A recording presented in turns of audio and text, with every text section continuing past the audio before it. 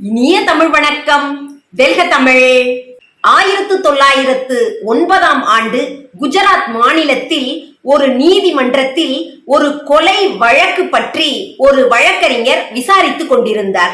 அப்பொழுது அவருக்கு திடீரென்று ஒரு தந்தி வந்தது. அந்த தந்தியை எடுத்து படித்துவிட்டு தனது சட்டை பையில் வைத்துக் கொண்டு தன்னுடைய வழக்கை தொடர்ந்தார். அது ஒரு கொலை வழக்கு. அந்த கொலை குற்றவாளியை காப்பாற்ற வேண்டிய பொறுப்பில் அந்த வழக்கறிஞர் இருந்தார். தன்னுடைய வாத திறமையால் அந்த கொலை குற்றவாளியை கொலை வழக்கில் இருந்து காப்பாற்றினார். வழக்கு முடிந்ததும் அந்த வழக்கறிஞரை நீதிபதி அழைத்து, தங்களுக்கு ஏதோ ஒரு தந்தி வந்ததே, அது என்ன விஷயம் என்று கேட்டார். அதற்கு அந்த வழக்கறிஞர், என்னுடைய மனைவி புற்றுநோயால் பாதிக்கப்பட்டு இருந்தார், அவர் இறந்து விட்டதாக செய்தி வந்தது என்று கூறினார். அந்த நீதிமன்றமே சற்று நேரம் உறைந்து போனது.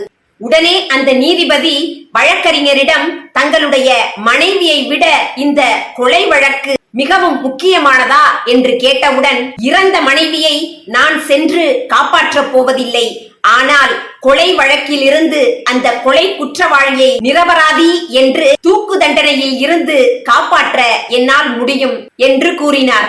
அப்படி கூறிய வழக்கறிஞர் யார் என்று கேட்கின்றீர்களா? பாரதம் சுதந்திரம் பெற்ற போது 565 சமஸ்தானங்களாக பிரிந்து கிடந்தது.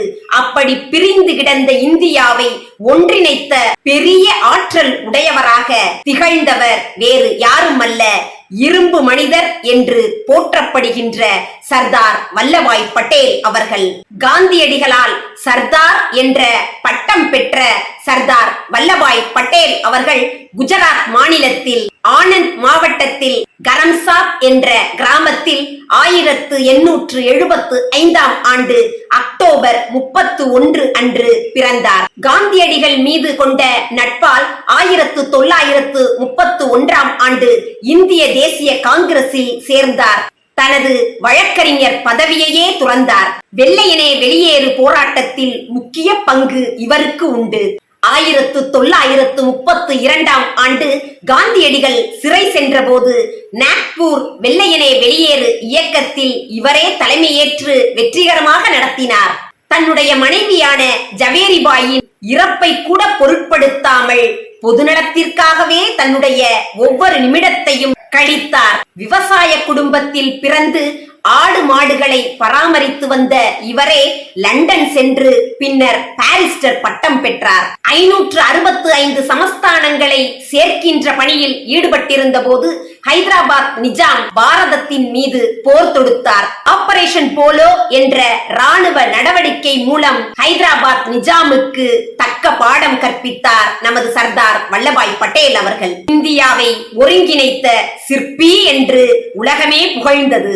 இரும்பு மனிதர், இந்தியாவின் பிஸ்மார்க் என்று வர்ணிக்கப்பட்டார். விவசாயிகளின் நலன் காக்க பார்போலி என்ற இடத்தில் சத்தியாகிரக போராட்டத்தை நடத்தினார். அதில் வெற்றியும் கண்டார். அதனால் இந்திய விவசாயிகளின் ஆன்மாவாக கருதப்பட்டார்.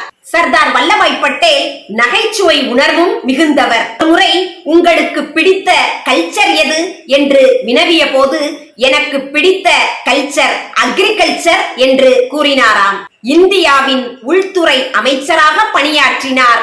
அது மட்டுமல்ல, இந்தியாவின் முதல் துணை பிரதமராக பதவி வகித்தார். காந்தியின் வேண்டுகோளுக்கு இணங்க நேரு அவர்களுக்கு வழிவிட்டு பிரதமர் பதவியை நேரு அவர்களுக்கு விட்டுக் கொடுத்தார். And power without unity is not a strength.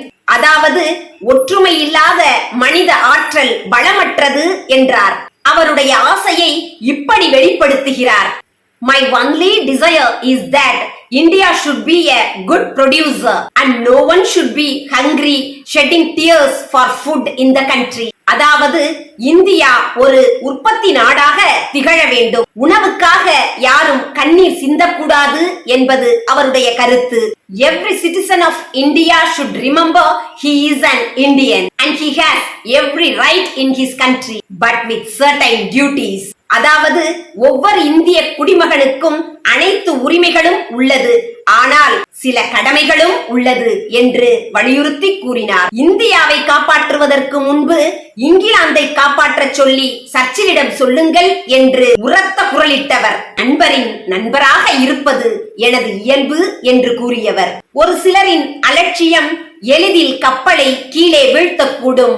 ஆனால் அந்த கப்பலில் உள்ளவர்கள் முழு மனதுடன் இருந்தால் அந்த கப்பலானது பாதுகாப்பாக ஒரு இடத்திற்கு கொண்டு செல்லப்படும் என்பது அவருடைய திண்ணமான கருத்து. தன்னம்பிக்கை, தைரியம், விடாமுயற்சி, ஒருமைப்பாட்டிற்கு இலக்கணமாக திகழ்ந்த சர்தார் வல்லபாய் பட்டேல் அவர்களின் நினைவாக ஆண்டுதோறும் அக்டோபர் 31 அவரின் பிறந்த நாளை தேசிய ஒற்றுமை தினமாக கடைபிடிக்கப்படுகின்றது.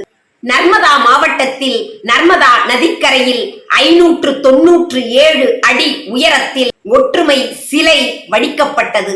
ஸ்டாச்சு ஆஃப் யூனிட்டி என்ற 182 மீட்டர் உயரமான சிலையே உலகின் மிக உயரமான சிலையாகும். எல்ஐசி கட்டிடம் போன்று 3.5 மடங்கு உயரம் கொண்டது இந்த ஒற்றுமை சிலை. பிரேசிலில் உள்ள கிறிஸ்டாப் ரிடம்பர் என்ற ஜீசஸ் சிலையை விட 5 மடங்கு பெரியது. ஸ்டாச்சு ஆஃப் லிபர்ட்டி என்ற சுதந்திர தேவி சிலையை விட 2 மடங்கு பெரியது. சீனாவில் உள்ள ஸ்பிரிங் ஆஃப் புத்தா 153 மீட்டர் உயரம் கொண்டது. இதுவே மிக உயரமான சிலை என்று கருதப்பட்டிருந்த நேரத்தில் அதைவிட 29 மீட்டர் உயரத்தை கொண்டு உலகின் மிக உயரமான சிலை என்று பெருமையோடு நிற்கின்றது. இந்த சிலை வடிப்பதற்கான இரும்பை குஜராத் மாநிலத்தில் உள்ள விவசாயிகளிடம் தாங்கள் பயன்படுத்தாமல் வைத்திருக்கின்ற இரும்பு கருவிகளை கேட்டு வாங்கி வடிவமைத்தார்கள்.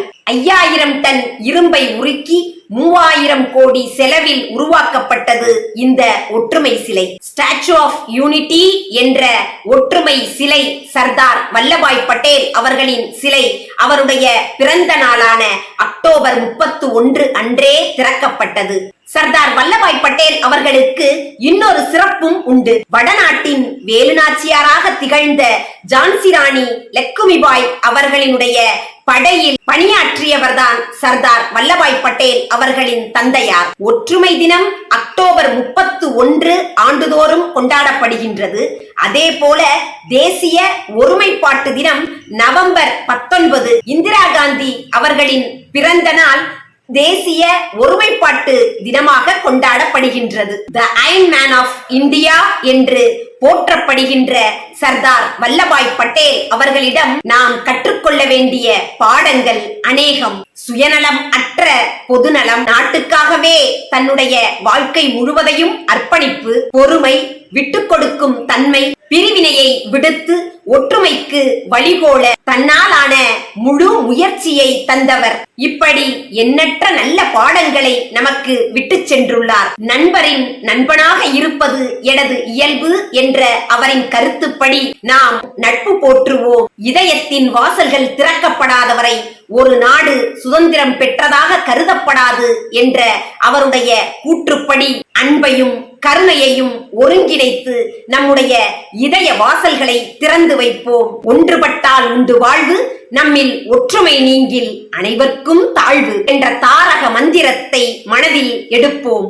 ஒன்னாயிருக்க கத்துக்கணும், அந்த உண்மையை சொன்னா ஒத்துக்கணும். ஒன்னாயிருக்க கத்துக்கணும், அந்த உண்மையை சொன்னா ஒத்துக்கணும். காக்கா கூட்டத்தை பாருங்க, காக்கா கூட்டத்தை பாருங்க, அதுக்கு கத்து கொடுத்தது யாருங்க?